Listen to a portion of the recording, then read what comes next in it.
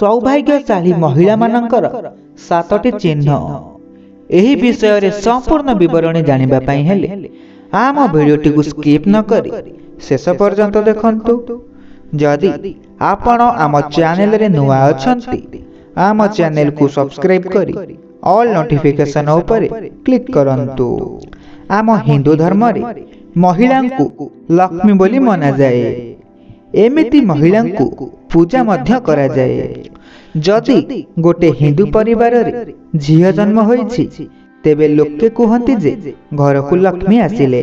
जेबे झियो विवाह करी सासु घर को जाई थाए सेतेबेले लोके कहंती जे मां लक्ष्मी को आगमन होईछि। अर्थात महिला को देवी को आख्या दिया जाए। एमिति रे सबु झियो बापा मां को पई सौभाग्य नेकी आसी थांती। किंतु सामुद्रिक शास्त्र रे महिला विषय रे विशेष कथा उल्लेख रही। आज आमे आपण को कहिबु सौभाग्यशाली महिला मानकर किछि लक्षण विषय रे। प्रथमे प्राय महिला मानकर नख सुंदर देखा जाए। किंतु गोलापी रंगर नख जेउ महिला मानकर थाए से माने बहुत भल होइथांते। निज स्वामी ओ परिवारर सुख दुखर केयर नहीं थांते। द्वितीय जेउ नारी माध्यम आंगुली आवश्यक ठारू लंबा होइथाए से माने दुर्भाग्यशाली होइथांते। एमानंकु विवाह करिबा पूर्व टिके भाबिबा उचित।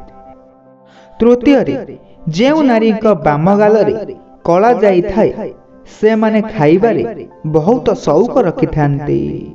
एमाने निज परिवारर भल भाबे ध्यान रखिबा सहित बहुत भल खाइबा भी बनाई पारि थांते, जहा द्वारा परिवार लोके एमानक ऊपर सर्वदा खुशी रही थांते। चतुर्थरे जेउ महिला मानकर नाक लंबा थाए से माने कौनसी भी असुविधा को सामना करी निजर परिवार को बंचाई थांते। एमाने पैसा खर्च करिबारे बहुत शौक रखि थांते।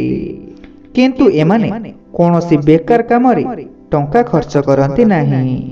पंचमरे जेउ महिला मानकर आंगुली बहुत लंबा होई थाए से माने बुद्धिमान होई थांते। एमानंको पढ़िबारे आग्रही रही थाए। एपरी महिला बेकार खर्च जमा भी करंती नहीं।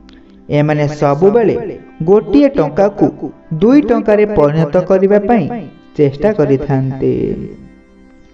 षष्ठरे जेउ महिला मानकर पाद गोलापी रंगर देखा जाए से माने बहुत सौभाग्यशाली होई थांते।